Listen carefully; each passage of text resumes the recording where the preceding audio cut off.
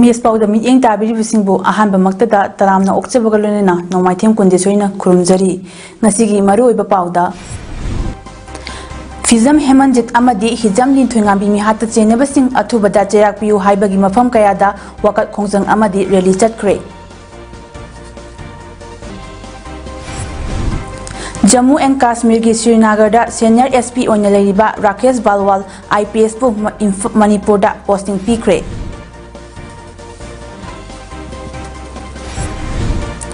Mahiroi ani tamthina hatpada chenaba kuki terrorist sing matik chaba cheyak piu haina Mahesor thongnaujamna Lok Sabha Speaker Om Birla da taksin kre Loinena father of India's Green Revolution haina khangnaba Dr. Sambasivan Swaminathan laikidre Mapungoiba pau pizari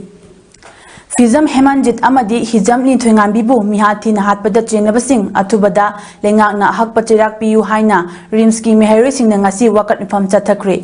Rimski Jubilee Hall complex ta chathakiba wakat mifam maduda saruk yakiba Rimski Meheroi amana hai me ohumdagi tholakliba leibaki irang asigi manungda July thagi taruk-tagi thiba khangduna lairakiba Meheroi anibu mihati na hatkibagi photo September 15 da viral oirakpadagi lamdam asigi Meheroi kayana yaningdabu utuna Sinba Khongjangda police amadi RAF ki ka henba thawong chathakiba adu akanba mawongda yaningde lengak asina ka henba thabak chathakiba singi mathakta akanba thabak paikhatlu loinena mihathi na hapi khraba Mahiroi ani gi justice athubada phangal haina phongdoki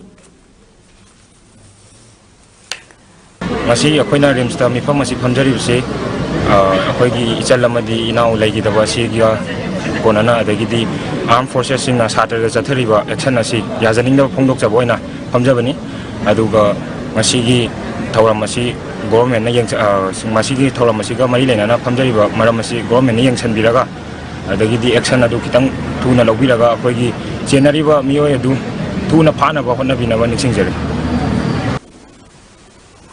Ngasigi wakat mifamaduda Justice for Linthuingambi and Hemanjit disarm those who attack civilian, bring back peace to Manipur, mihatpa dandi piu haibana chingba placard amadi kholau kya lauki.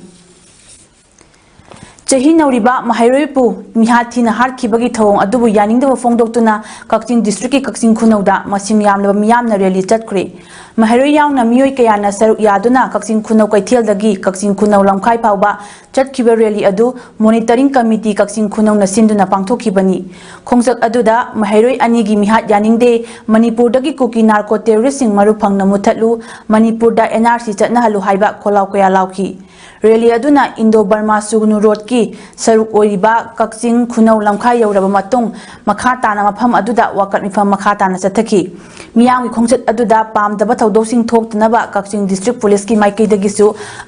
ahenba section tharang lokhatki ngasigi khongjang adugi matangda monitoring committee Kakching khunau gi convener S Tombana Chahi nauriba Mahiroi anibu mihathi na harkhibagi thawong asi Kakching khunau gi miyamna yaningde misi asigi achumba wail phangnaba miyamda changsilakpa khongjang khudingmakta Kakching khunau gi miyamna su mangjil thana saruk yagani maram asina lengang na state asida pamdaba thodosing thoktanaba lenga gi lokhatpham thokpa thabaksing chapchana lokhatpiu haiki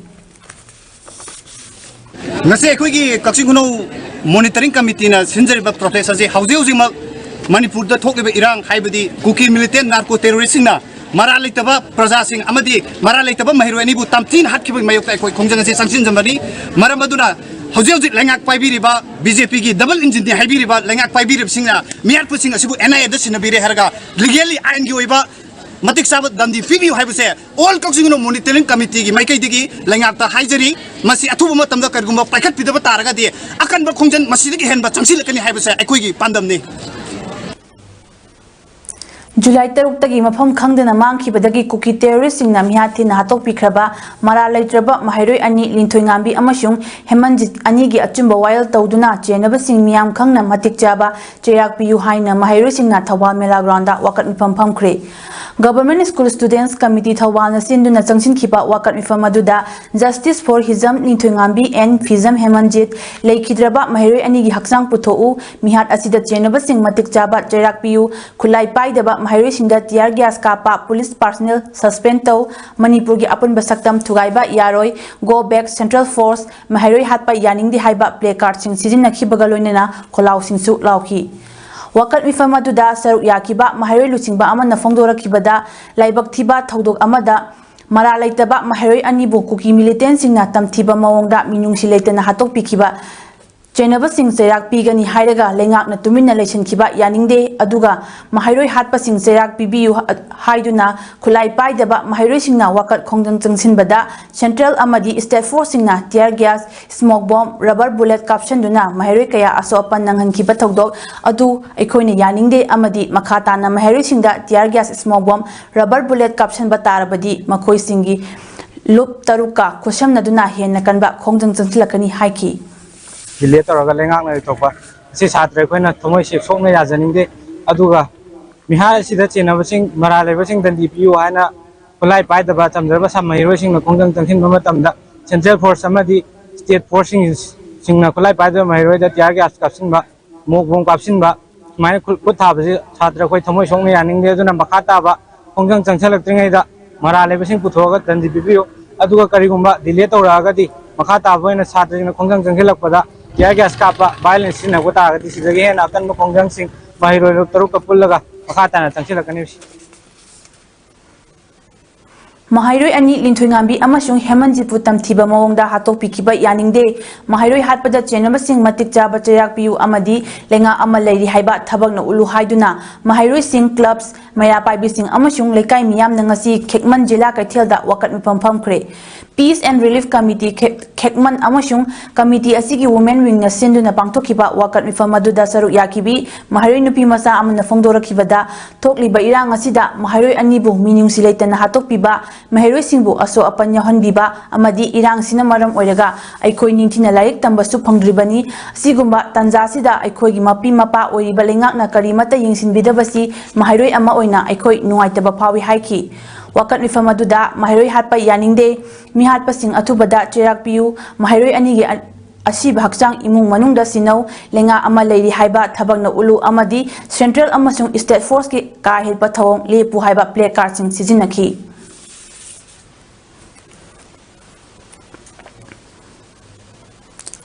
Leikidraba Mahairoi ningthoingambi amadi Hemanjit ki justice purau lengak na Mahairoi singbu otpi nebi bagi thawong pende haina Peace Unity and Integrity Committee angtha amadi all angtha maya paibi ani na sungasi Imphal East ki manung chenba angtha mamang lekaina wakat mifam chathakre kholau kya laukre angtha gi akoibada leiriba Mahairoi kya su saruk yaduna chathakiba wakat mifam aduda all angtha maya paibi loki secretary konthauzam zamini na fongdorakpada ngasi gi Manipur lenga asi leiktabaga chap manare Mahairoi ani leikhidabagi thigat palakpa investigation team Churchanpur changba yaroi haina kuki singna rally chatpadadi karisu tawdaba ngamdaba aduga tampaki Mahairoi Sing Mahairoi ani leikhidabagi justice pura uhaina changsinba khongjangdana nongmai tear gas na chingba kaya kaptuna sanga gom phubi cheibiba masilenga asigi karamba thawongno ngarang lingjumda sokiba Mahairoi loitongbom kisan asi angtha khunggangdagini maha yamna nakpa range ta security force na kapibani chingdana karisu tawbangamdaba tamdana akan aring saba asi topiro haina pingdaba kaya fongdoklaki Paisang raba satra sing angang sing na penda bagi wakat mifam chataba sida rally chasaba sida Manipur police na akoi satra sing da khut harakpa masi so yam pende maramdi satra sing ai base angang ni moi loina themaga hajangi bayai aduna to mokoi ni yam tamthiba mong le yengna badongna ngarang mak akoi gi angang kisan soi base yamna nakna kenoda point da kapa ni adu ma se mi phong khodi mona no khoi angang du sidri bra ina hange ba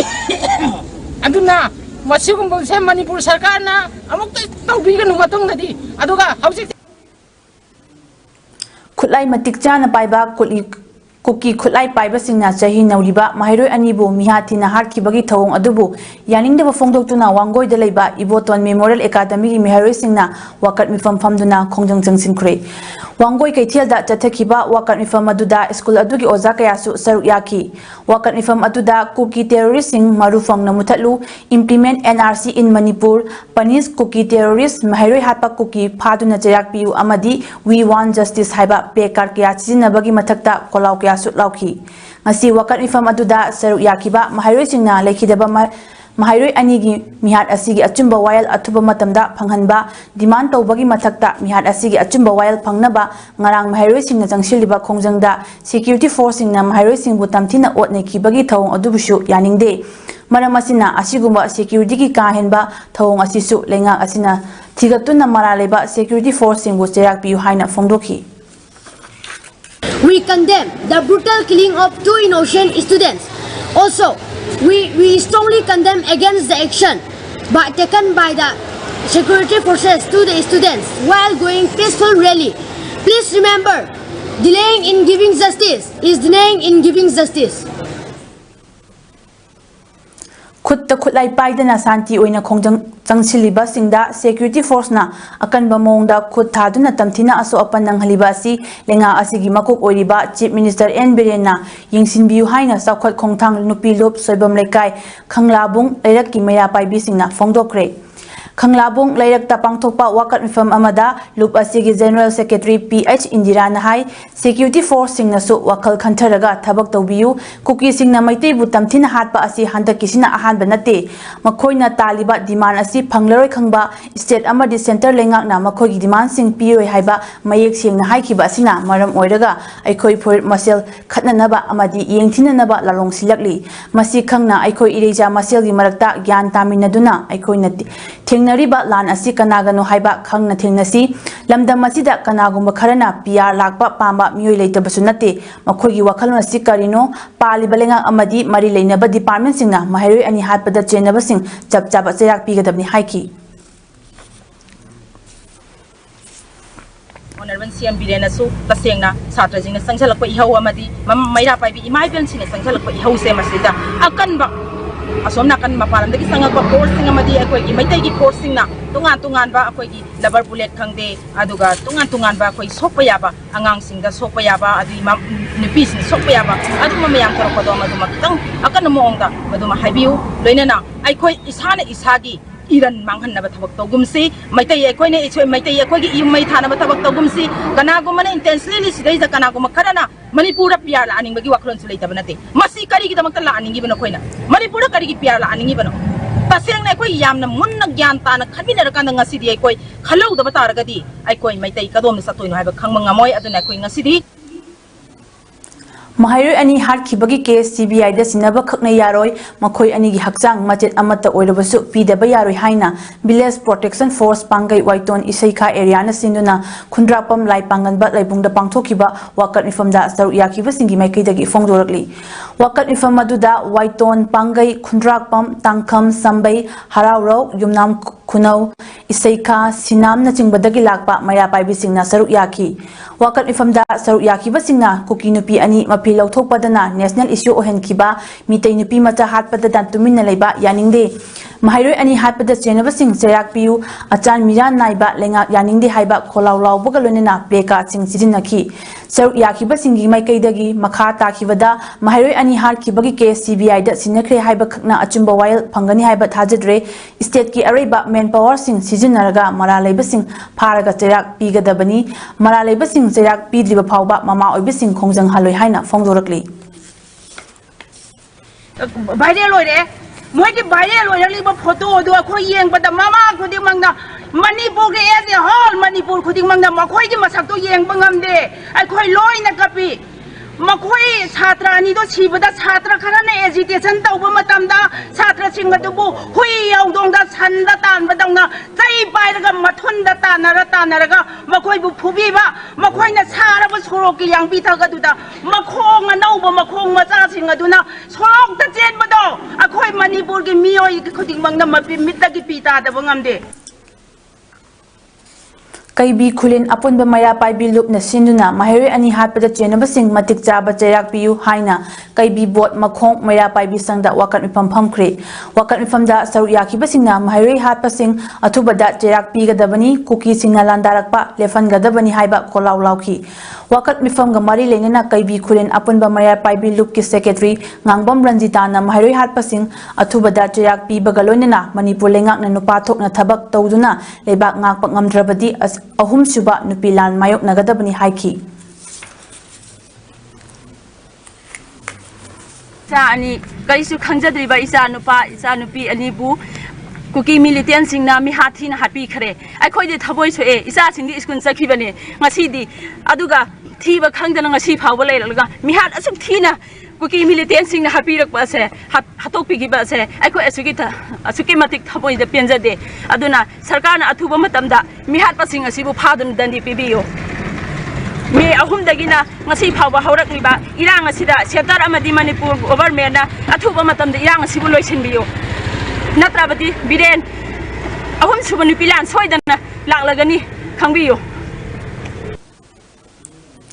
Kuki terrorist singna tamthina hatpi khraba mahiroi fizam hemanjit amadi hizam linthuingambi ki justice athubada phangalu haina RDO College of Nursing lamdengi mahiroi singna ngasi Semrock Primary School campus ta wakat infam ama chathakre wakat infam aduda saruk yakibi mahiroi nupi amana phongdokhibada July 3 tagi thiba khangdana lairakiba mahiroi ani gi asiba haksang taduna leibagi photo viral oirakpadagi lamdam asigi mahiroi kayana penda phongdotuna changchilakpa khongjangda Indian Army RAF amadi police tamthina ot naiba akanba mongda yaningde lonina nupi anigi naked parade video viral oikibada Prime Minister amadi Home Minister na wangangki aduga jamjaraba mahiroi anibu mihathi na hatpa asidadi makhoi mamit tangnabra mana panglabra karigidama khangchin usinadribano leibak asigi mapi mapa ama oibagi makhogi thawong asi mahiroi khunai na pende maram masina mihat asida chenariba kuki terrorist sing phaduna capital punishment pigadamni phongdokhi Went viral, even Prime Minister Narendra Modi and some celebrities protest for justice, and even our mighty communities also protest for justice. But asamthina tamthina hapiraba moi anigi dadi kanamta even Prime Minister natraga Amit Shah moi ani bhawna chu kem haideba asise tasengna koi cinematic site yam nungai jade moi kai da bai tumin leino asamna tamthiraba haidi tangkak asida moi se tumin leisam bai matamra moi se mana ta da bra moi se mamit tang bra moi se magoron thok ta bra se ko yam ta sengna hainingi ko condemn tawningi si Masiki wakat infamaduda mahiroi hatpa yaningde mihat pasing faduna sibagi cherak piu we want justice we want peace haiba kholaw kya su lawki Kuki militant singna aikhoibu baligi hamengumna panghata hatlasanu haibagi matagum center amadi state lengakna yengduna leibasi yamna hakchina lawi lamdam asigi miyamna condemn tawi mahiroi ani butam thiba mongda mihathi na harkiba yaningde athubada chenabasing phaduna sibagi dandi pigadabani loinena Manipur gi CM na oirakliba feba masida tumduna leibagi matogum tawribasina miyam pelaktaduna imung manungda maihaulang poktholakpa yai hain loinena citizen club na konba afam singda BJP natraga atopa political party singda yauribasing resign tawgadabani karigumba tawdaba taragadi akanba khongthang ama changsilakani haina citizen club ki president na club asina sinduna pangtokhiba wakat mifam amada phongdorakli ngasigi wakat mifam aduda mahiroi hatpasing faduna sibagi dandi piu kuki narco terrorist maru phangna muthalu we want peace haina kolaw kya lawki BJP की नत्रगना कांग्रेस की यावरिबा दल दा यावरिबा पुनमक resign तौगदबने हाइरिबा इरांगसी लेरिबो मनुंगदा हाइरिबा कांगौ सिंगसना करिंबो resign तौदब तारगदि club न चपचाबा action लोकटकनी लोइनाना अखोगी वांगई केंद्र की अपुनबा piece committee अखोगी club Kunga निपान साबा अदुगुमलबा piece committee न सो कोई लखोक सगरे मरमदुना मणिपुर दा होजौजिक राजनीति वाला पुनमक याम थुना सलेंडर तौदरगदि लेपाक प्रजा की दमक खलक्तब तारगदि नोइदा अगांग अनि की सिरिबा मिसि जिगा चप मानबा penalty फंगोय हाइबगी हाइबदा हाइमनबा Kasu थोय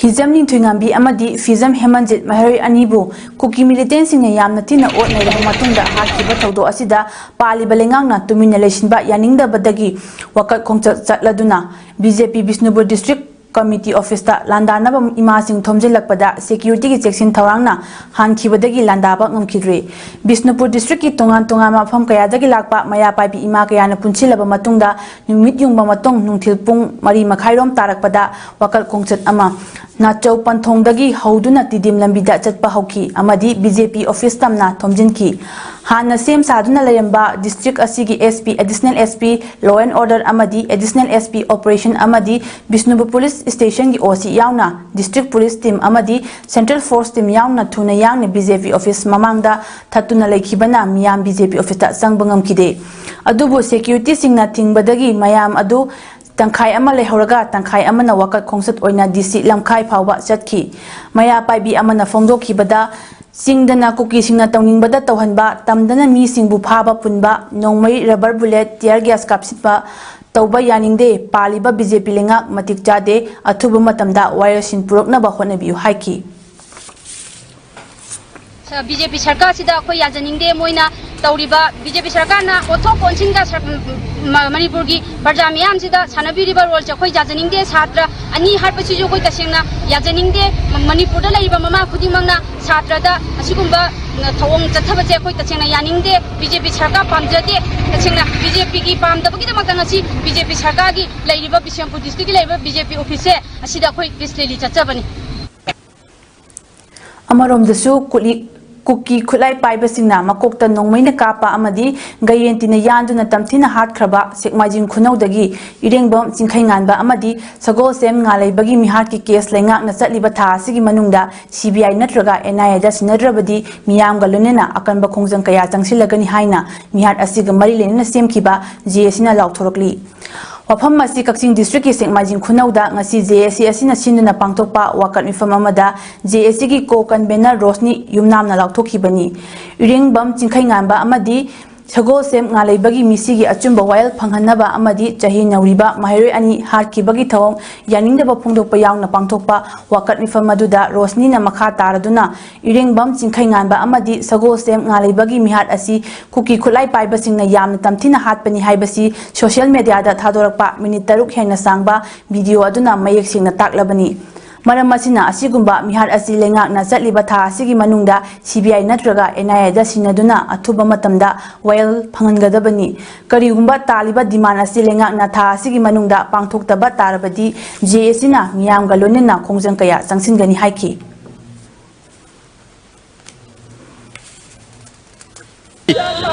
Satharaiba mihar mipul kuki military chingna lana mioi bagi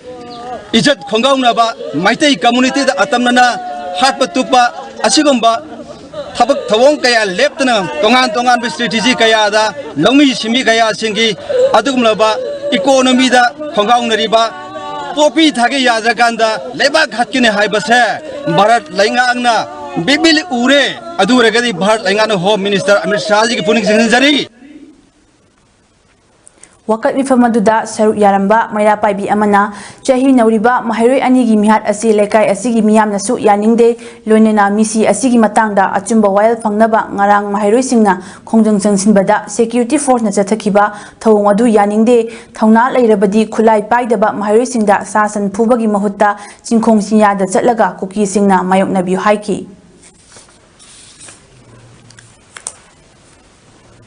Lamdam asi State Force na mapung phana ngakhanbiu haina lawringai serak asida Central Force le palaitana thajilakliba asi Manipur India gi manung Chandrabara haina Universal Mothers Organization UMO gi President M Sorojini na hanglakli Lamphel da leiba UMO gi office ta pangthopa pau gi mifam amada mahakna makhata na hai Mahiroi anibu tamthina hatpa gi daita asi Security Advisor Kuldip Singh na pugadawani loinena asopa Mahiroi Singh gi manakta lenga ki lusingba amata lakta bahaibasi Asobalan amagi baton tawbani Mahiroi anigi case CBI da sinakre hairaga karimata thijindana namsillaga thamlamba asigi maram karino santi oina khongjang changsiliba Mahiroi singda security force na utkiba thawong kaya aduna Mahiroi kaya na masoiba uhangadawre masida mama obisingna yengduna leibangamloi aso apan nanglaba singi chapjaba kheti purol pinaba lengakna athubada thabak pakhatkadabani chaphu kaiga kwakna harau naba mawongda aikoi masel onsinnabagi thabak tokpiu masi tawri makhai lana si atopa mayolda chatloi haingai leite miyamna su social media platform da Karim Kathainaba Tauklagadi UMOna Ain gi mateng lauraga chapchaba thengnagani Mahairoi amadi micham yamda Central Force na phuba cheiba tawbagi penadringai cherak asida State Force na ka henjinba thawong tawriba asi tawbiganu nupida chathaba crime gi matangda paladuna hai lengak na beti bachao beti parau haina lauraga nupi amadi mapuroi balai khidraba singi yam Khanba sari nakal amaromda nupi kaya phuba cheiba tawri Mahairoi phawba hali State Force na mapung phana lebak asi ngakhalu haina lauriba sida Central Force le palaitana thajilak lebasi lenga asi India da pura yon thokhrabra luchingba amata laitrabara tung koina chatkadawriba Manipur asi India gi manung chali natraga sandre haibagi chapchaba pakhum numit 10 nigi manungda lenga na miyamda khangangadabni haiki punamoge karigi damakta Kamado batale lobo ngamdriba ayabi batale lobo ngamdriba mayang sibai changan bira anu hala phawga hena hadila ibache aikoi leba ache India pura yon khrabra aikoi gi mantri mandol leitrabra aikoi gi cabinet leitrabra pajamiyam da thaderaga pigiba election do adu mang khraba voter election do mang khrabra adu oibata gi mama onbi Manipuri Youth Front of Assam Maifa General Headquarter Rongpur Kasar Assamna Linthuingambi amadi Hemanjiki mihat yaningdaba fongdoragli haukiba mi ahumdagi haujik phawba iramda Manipurda kuki singna landarakpa asi haujisu lepa letri marak asida yam tamthiba mawongda July 3 tagi thiba khangdana lairakkiba Mahairoi ani Linthuingambi amadi Hemanjitpu kuki narco terrorist singna tamthina otpiraba matung harkibagi thawong asibu Maifa na thamoi shokna condemn tawri Kuki singasina Manipurdagi tokhaiba homeland ama tanba asi mangda phawba mangluraganu haina haijaningi maralaijadraba micham kayada tamthina miyot minei tawraba matung hatok pikhiba aduga India gi armed force singna ima maya paibi singda tamthina tobiba loinana student singda su phongna Manipur government na singna ba asi Maifa na strongly condemn tawi atuba matamda kuki singna lan lepkadabani natrabadi Manipur gi mapanda joina khundariba Manipuri ekhoina su kuki jo singi mathakta akan mami yeng thamlagani makhata na Maifa na Mizoram government na kuki singda phone na mating pangliba asi athuba matamda lepkadabani natrabadi ekhoisu makhal makha kya gi khongjang changsilakani loinana Manipur government amadi central government na Manipur da thokliba kangluki irang asi athuba matamda loisinaba hotnabiu amadi Mahairoi ani gi misida chenariba kuki terrorist singbu athuba matamda phabiduna sibagi jerak pigadabani haina Maifana appeal tarakli amadi mi ahumdagi ngasi phawba jiri Imphal lambida mitai amata chathok jasin yadriba sisu Manipur government na mi yengjangbi mitai sing National Highway 37 da chathok jasin yahannaba hotnabi haina su Maifa na makha tarakli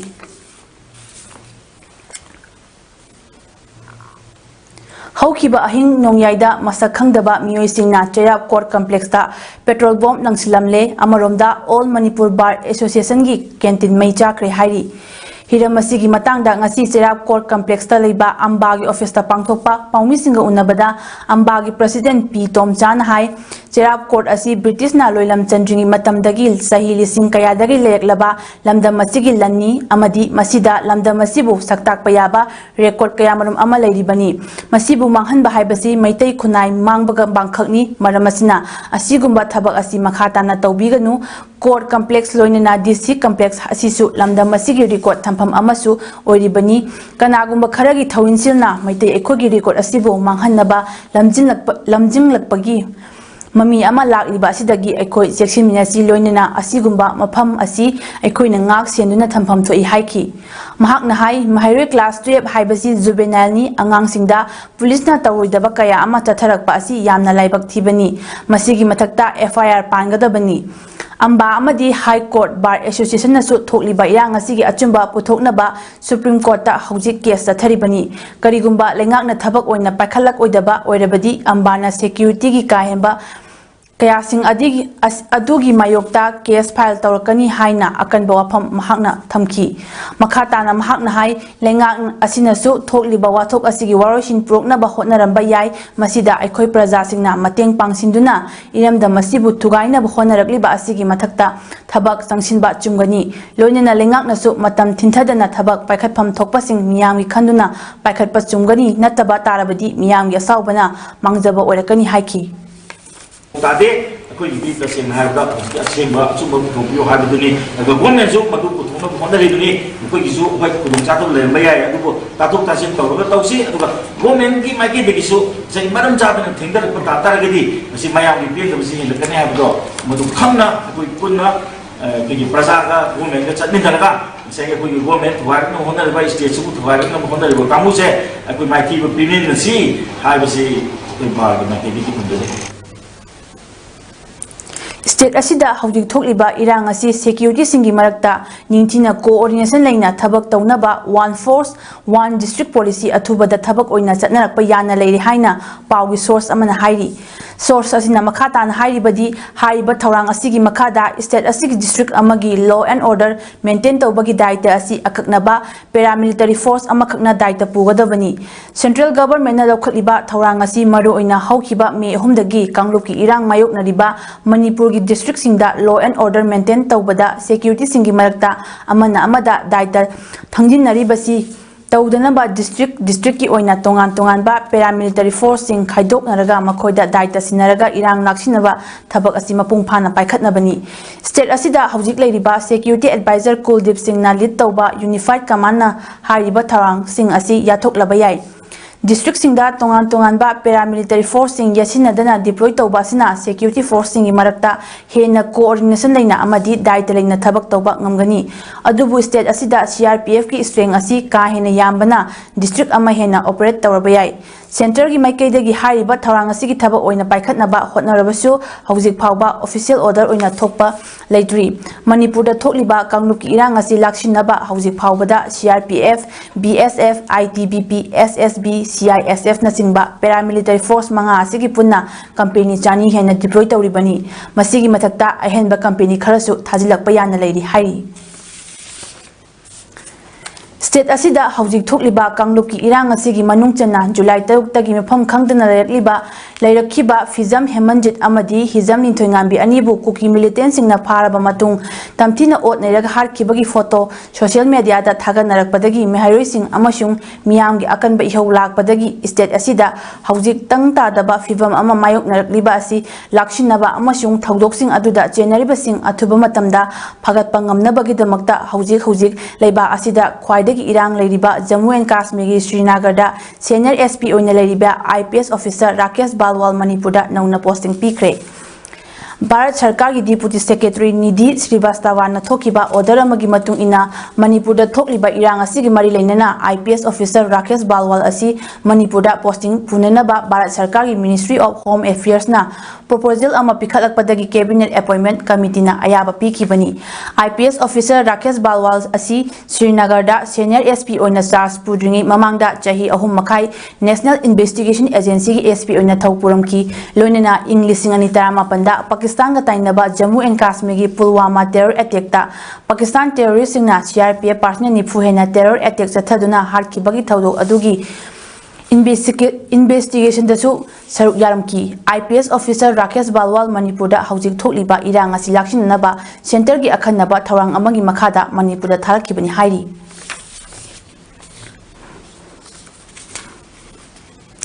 लेबाक असिगी हौजिक ओइरिबा तंगदु लेतादबा फिबम असिना मरम ओइरगा मियाम प्रजासिंगना सुमफम नोमफम खंगदना सेंथोक लेतबा फिबम अमदा लेरी मरम असिना कक्सिंग प्रजा मियामगी अवाबा उबिरगा कक्सिंग एरियादगी daily collection weekly collection monthly collection सेंदोइना चिंगबा यावना मरुप टेंडर हानगी फिबम लाक्तुबा फावबदी कनागुबा अमतना सेन खोंगतपिदनबा लंगसाई थौना कक्सिंगी माइकैदगी मियामदा अपील तौरकली हिरमसिगा मरी लेनना लंगसाई थौना कक्सिंगी कन्वेनर राजीव खेत्रीना वाफम कया फोंदोरकली तत्तना तुंगलोनबा यावबनिना कोई पैसा सुमाइना तौबो मतमसिदा पैसा खाइजिलकबा हाइबसी पैसा खोंगतबा हाइबसी प्रजासिंगदा अवाबसे थेंगमा थेंगनबदगी अखोई लंगसाई थौनागी माइकैदा प्रजासिंगी ओइबा कंप्लेन मयाम अमा थागलकपदगी अखोई सर्कुलर अमसो अखोई नोटिस अमसु मयामदा मसीदगी अखोई डिस्ट्रीब्यूट तौजरगनी अदुना हारिबा कोई पैसा खोंगतपगी थौरोंग अदगी मरुप चावना चावना तौबसे मतम खरगदी कोई लेपीदुना कोई प्रजागी अवाबसिदा सरुक याबि हाइना लंगसाई थौनागी माइकैदगी appeal तौजरु Nakal amaromda kaksing apunbuna leptena chatharakpa tengbang pibagi saruk ama oina ngasi langsai thaunana haujik Manipurda thokliba kangluki oiba lan asida lauriba thaudang amadi mayoknariba khudongchadaba amadi awal apasingda khajikta oirabasu mateng oinaba lupa lising 10 gi senpam tengbang pikre tengbang asi apunba kaksingi member singna kaksing lamkhaida leiba langsai gi office ta laktuna khusina khibani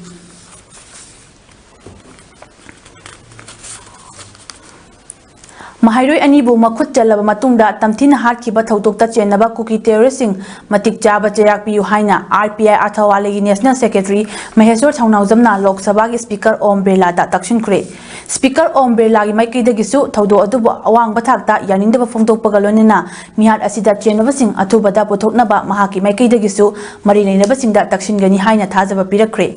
ngasi Rajasthan gi kota da leiba Speaker Birla gi yumda luchingba siga unaba aduda Maheshwar gi maikida gi Central Forcing na sathariba kahenba thongsingi matangdasu wakatki Speaker unaraba matong Maheshwar na phongdokhibada miyam gi mihusing phamduna leiraga appointment ngari haina leithopagi matam nate maitai micham kaya siraklaba soroklaba phawbada karisu na chungdana leithokpa haiba asi lusingba ama oibagi machat nati haiki mahakna makha taraduna center gi luchingba singa hakthengnana unadana memorandum khak Pisan lambagi mahut mikup kharada oirabasu unaduna Manipurgi maramda khanghan bagi tangai fade isa gi political party gi khanduna lebak mahut daibagi mahut isa gi proof amadi isa gi iramdam kandaba yade haiba wakhalon cheminaba matam oire isa gi iramdam namang kibada pumnamak loire haiba wakhalon mang tharaga Manipur kannanaba honaminasi mahaki maikaidagi hanbalaitana honakigani haina phongdoki Manipur kan bada khoi mamang thaba maitai macha khoi myam loi punchen ba atopa da leibi community myam su Manipur nungsi ba singsu masa gi leader central leader khangna ba singsu loi haibi ba Manipur kan si haibi ba aseng ba chumudo haibi ba si gaktani aduna tragadi akhoi Manipur la hoji thoi ba se yengai da ba to ta haidra ba thabak myam ma nungti gi tholak li ba se si akhoi na kalaudragadi kanana kangani aduna khoi leptana hona minasi haiduna khoi changjalli aduga akhoi maitai supporters leiriba kota leibiriba myam su akhoi ngasi yaubi baida makto khoi thagot chaba phongtok chari Diocesan Social Service Society DSSS Nasinduna Peace and Disease Management High Hiramda no Mugi training program amangasi Technopol District ki Khul Saibung village ta pangthokre Mission Organic Value Chain Development for North Eastern Region MOBCDNER Phase 3 ki makhada Manipur Organic Mission Agency Department of Horticulture and Soil Conservation Government of Manipur na support tawna pangthokiba ngasi gi training program aduda KMEkham BSc Agri Honors Bhagwan University Rajasthan amadi M Mary Grace Krishi Sakhi MSRLM Machi Block na resource person sing oina matam gi oiba longmi singna thariba mahai marong amadi uhoi wahai sing da taba tinkang amadi leina tinna kaya dagi matau karam na ngak thokani loinina matau karam na panbi singbo matam pumbada tinjang kaijang dana hakchang phana thamgani haibagi matangda longmi singda training piki longmi punna humphut taret lona Humputai na saruk yakiba ngasigi training program aduda Khulpu Benedict Konai District Coordinator Technopol DSSS amusung Field Inspector K Anthony Maringna thormapusing oina saruk yaki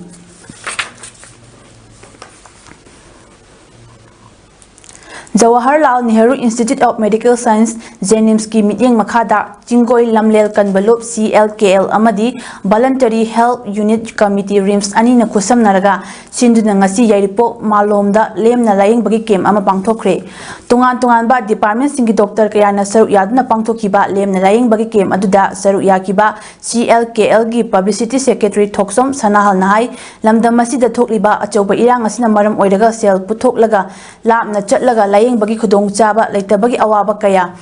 mayok naramba yai haibagi wakhalonda ke masi tangai fadana sinbani ke masida achoba thaudang lauriba doctor amadi staff singbusu thagatpa phongdokhi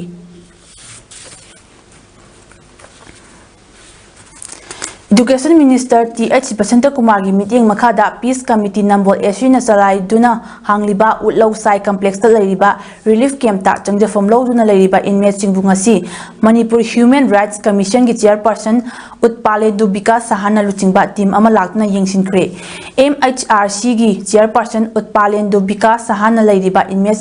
inmate sing adugi ka da changduna inmate sing na karamna leiri ana ek yaubra haina inmate singa awanungai wari sana duna interaction tauki Manipur Human Rights Commission ki chairperson na state sarkar na security ningthina provide tawragadi तौरगदी नखोई नखोई हानगी मफमदा हंजिलगा लेबा ngamgadra haina inmate chingda hangki inmate kharana security ningthina piragadi hanagi mafamda leiba ngamgani haina pakhum piki inmate kharana amana hanagi yumda chatlaga leiba kijai haina su phongdoknaki mahairoi singdasu mafam asida leibasi larik paba yabra relief camp da leibaga nakhogi yumda leibaga kanani hena nungaibage hayengwai leiba kidama kari toge khali haina su hangki mahairoi singna haujik thokliba irang asi hana santi purakpa pami irang asi lakpadagi larik tampam khangdre irang asi athubada losinbiu haiki khongchat aduda Bisnupur gi DC L Bikram SP Bisnupur K Megachandra su saruk yaki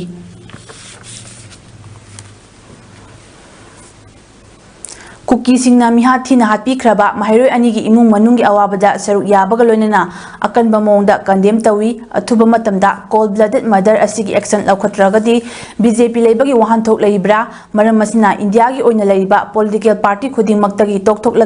Manipur ga mari amata leinada bagi khongjang jangsin bagi darka leirakani haina left political party taragi maikai dagi fongdorakli leikhidraba mahairoi ani gi imungda chattuna hakthengna awaba fongdokladuna JDU gi nimai chanluwang hai communal conflict asida kukina mahairoi ani parga harkibasi miyamna hakchinna lawi mahairoi mayamna wariba Manipur gi praja mayamna wariba asida makhoisu saruk yari mahairoi hatpagi thodokta lengakna tumina leisinba asi pende July 3 ta mangkiba asi July 9 da hatki haibagi khudam leiribani makhoi sing asi ahenba security forces naduna phamaduda thijilam labadi kalamba yabani suda leina kuki alalhoba singna nongmai kapi adubo asigumna Manipurda tugaina bhotna ribasing asi Amit Shah ga tatna unai wari sani mahairoi ani asi mangkre hairaga ichamchamna leithokpa haksina lauraga thigattaba maramna mahairoi ani kanbangam khidabani maramasina mahairoi ani lekhidaba asigi daita Manipur lenga amadi chief minister na pugadabani Sarkar asina buthige khalabadi atemba matamda phangba yaba ngaktani asumna legadaba oiragadi sarkar asi leibagi mathau tade haiki सरकार लेरगदी कोई political party पुनमक से भारत की लेरिबो political party मयाम जिगा कोई मणिपुर की political party जिंगा मरी अमत लेनदब खोंजंग चंचंग दरकार लाकनी BJP रे और एमएलए सिंह बीजेपी कारी एमएलए मंत्री सिंह बीजेपी की मेंबर सिंह मोजु बीजेपी तो को दरकार लाकदनी अकोई जो कोई लाउर यावर पार्टी जे तो मणिपुर प्रजा का पुनः संगमिनरगा इहौजे लोचनबो ओनन बाजे कोई मदुगी फिरेब लौजे कोई Amaromda khongsit aduda saruk yakiba Shiva Senagi mihut Toijam Devanandan hai mahairoi ani asi video footage ki matung ina khopum lomda changki haiba khangnaraba ngaktani matam aduda khudakta thabak paikhat tuna mahairoi ani asigi punsi kanba ngamdaba asi BJP lenga asigi asoibani nongpok sengmaida kuki nupi ani gi viral video dadi parliament phamdingida akan badandi pigadabani haina fongdokhi adubu mahairoi ani asigi matangda karimata hotnadabagi mamitaba asi sarkar asigi asoiba amadi pangdabagi thawongni athuba matamda mahairoi ani asigi asiba haksang imung manungda chinadaba targadi akan ba ihok torokpa yai haiki ꯑꯩꯈꯣꯏꯒꯤ ꯆꯠꯈꯤꯕꯁꯤ ꯎꯅꯍꯧꯕꯅꯤꯅ ꯃꯇꯝꯗꯨꯗ ꯑꯁꯨꯛ ꯑꯩꯈꯣꯏꯒꯤ paramilitary force amadi Manipur state ki force mayam ama leiribasina isasing asigi ꯑꯩꯈꯣꯏꯒꯤ punsi kanba ngamhogdabase laibak thibani haina aina thamjage amadi Manipur gi sarkar paibiriba BJP ki lengak sasana asigi asoibani haina thamjage July 3 ta mangkiba sahi noriba mahairoi ani bo kugi khulai paiba singna tamthina hatokpi kiba thawongbo yaningdaba fongdoktuna mahairoi singna yamna democratic oiba khongjang changsinbada state force amadi central force singna tear gas kapa phuba cheiba tamthiba mongda otpi neibiriba asi state sarkar na tawhanbani haina United Protection Committee Nambolgi women wing gi secretary L Premila leimana fongdokre Nambolda leiba committee asigi office ta pangthokiba paw yumifam amada L Premila na makhata na fongdokhibada Indian Constitution gi chatna pathapta yaudaba law mayam ama thugairaga nampuda mayum phawba da changlaga phubagi thabak state sarkar na tawhanba laibak thibani September 16 tagi mahairoi singna changsiliba khongjang asida mahairoi singbu hatlagi matagum tarokliba tamthiraba thawong asi yauraba phawbada haujik paliba BJP sarkar oiro mamangda palamba Congress sarkar oiro iramda Manipur asi kayam kuina otuna leikhidoino lodi state sarkar na thugaibani center na hairakpa wada state sarkar na tumina dum leibidoira mi homdagi chatharakliba irang asina miyam pumnamak kham thengna waraba amadi ikheng tangna iroinaraga lan asigi solution पुरकदौरिब्रा हौजिक महैरोई अनि हातलिबसिदा चेन्नबा मियोइसिंग अहक्पा चेयाक पिफम थोई मिहातपसिंग अथुबा मतमदा मियामदा सिन्नगदबनी प्रजा मियामना खोइसाउनदुना yum मई थाबा अमदी among अता कया थोकलकपा तारगदी मदुगी दायदा सरकारना पुगदबनी हाइकी punishment पिबम थोई अदुगा लोइनाना याम अथुबा मतमदा मिहातपसिंग असे अखोइगी लैरिबा अखोइगी स्टेट सरकारना अखोइगी कोर्ट थ्रुदा अमदी मियामदा सिन्नबिगदबनी अदुगा लोइनाना हौजी हौजी अखोइगी सेंट्रल फोर्सिंग थाजलगा अखोइबु स्टेट फोर्स का लोइनाना अयाबा पीरगा अखोइ टॉर्चर तौरिबसे मसी अथुबा मतमदा मसी विड्रॉ तौरिगदबनी अमरोमदा ngasi numidang wairam pung 6 tabada United Protection Committee nambona sinduna yamna democratic oiba mongda mass peace rally ama chatkhre masida UPC na koliba mafamsingda leiriba miyamna saruk yaki Ningthaukhong Gopinath Lekaidagi Layoi Khrabi RK Samalaima Lekhidaba Chahi Pharakpagi Kumonga Mari Leinana Mahaki Machanupa RK Syamachoron Amadi Imung Manung Nasinduna Apunba Lop Ningthaukhongda Chalaiduna Apunba Lop Ningthaukhongna Chalaiduna Hangliba Mangol Ngambi College Ningthaukhong Relief Camp ta leiba inmate singda ngasi ayuki chaklen pijakre chaklen pijabaga mari lenana RK Syamachoron na phongdokhibada Manipur da thokliba irang asida lejaramba yumkai lan thumpumna mang takraba relief camp ta leiba inmate singda ngamjaba kharada oirabasu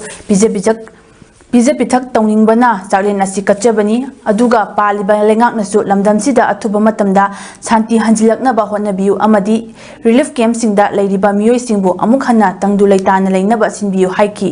RK Syamachorona inmate chingi mathau tarakpada sizinanaba selgi mating su pangki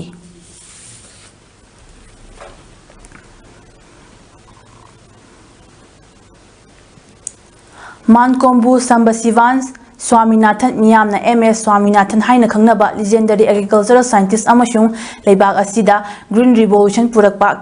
purakpada ki architect ama oiriba masagi chahi 39 sukraba scientist asi ngasi ayuk Chennai da leiba masagi yumda lekhidre mahaki machanupi ahum Shomya Swaminathan Madura Swaminathan amasung Nitya Rao lehauri mahaki loinabi Mina Swaminathan di hanna lekhidrabani leiba asida green revolution mai pakna purokna bahonabada Dr. MS Swaminathan na Union Agriculture Minister oikiba C Subramaniam amasung Jagjivan Ram ga nakna loina rakhi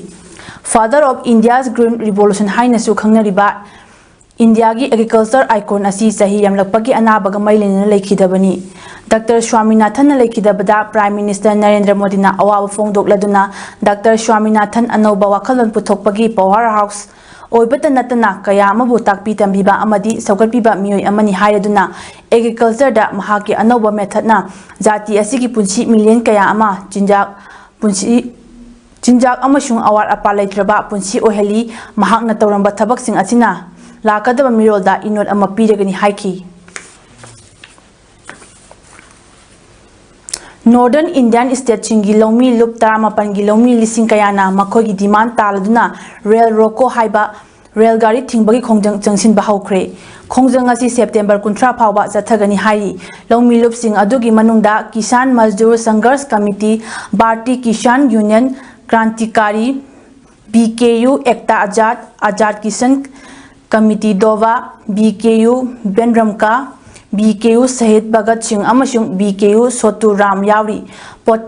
protesters singna taliba demand singde North India gi mafam singda ichaw tholakpadagi mang takhat khraba lau singu gi pothok singi oina lupa crore lising yangkai MSP guarantee law MGNREGA gi makhada numit humni gi thabak piba yauri laumi lucingba Gurbachan Singna Amritsar da haikibada laumi amasung sinmi singna toliba loan gi senfam sing kokpiba amasung agitation manungda lekhidraba laumi singda family da lupa lakh tara compensation pibani train blockade ki thodok sing Moga Hoshiarpur Gurdaspur Batala Jalandhar Cantonment Taran Sunam Nabha Basti Tengwali Malanwala Rampura amasung Devidaspura railway station singdani hai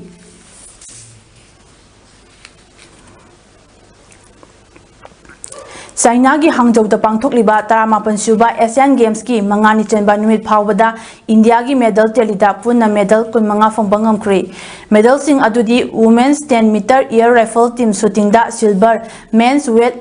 lightweight double sculls rowing da silver, men's pair rowing da bronze,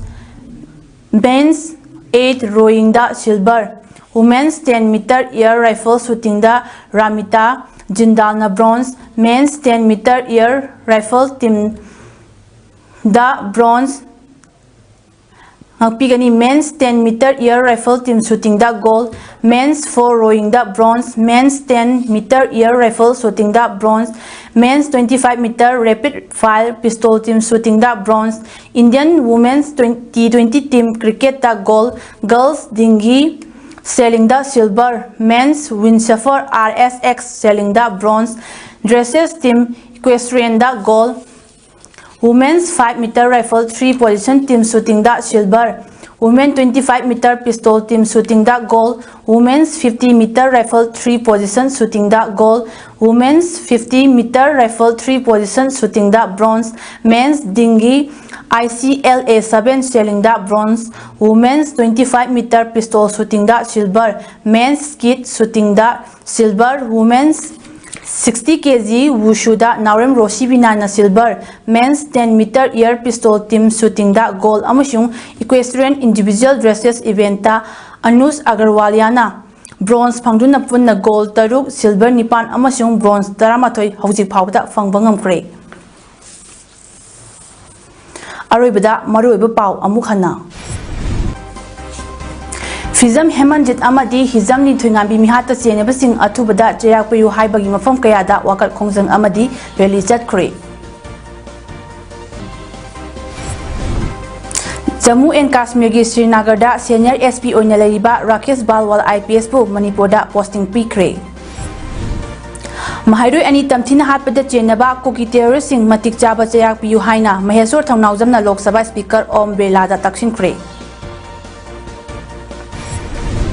Lunina, father of India's Green Revolution Haina Khangnaba Dr. Samba Sivan Swaminathan Laikidre. Ngasigidi image PAODAM pizaba matang asida lo shinjare mi ing tabiri basingbu amukana kurumjari.